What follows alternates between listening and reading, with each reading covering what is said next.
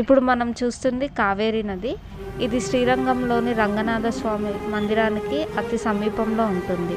భారతదేశంలో ప్రధానమైన నదుల్లో ఇది ఒకటి.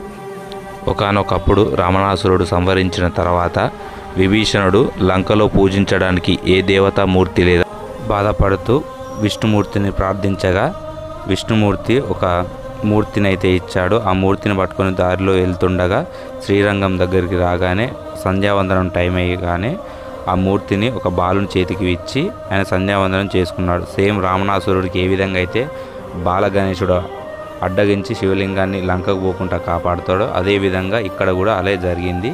అలానే 3 సార్లు పిలిచి ఆ మూర్తిని అయితే కింద పెట్టేశారు. ఆ పెట్టిన ప్లేసే ఇప్పుడు శ్రీరంగం అయిందండి.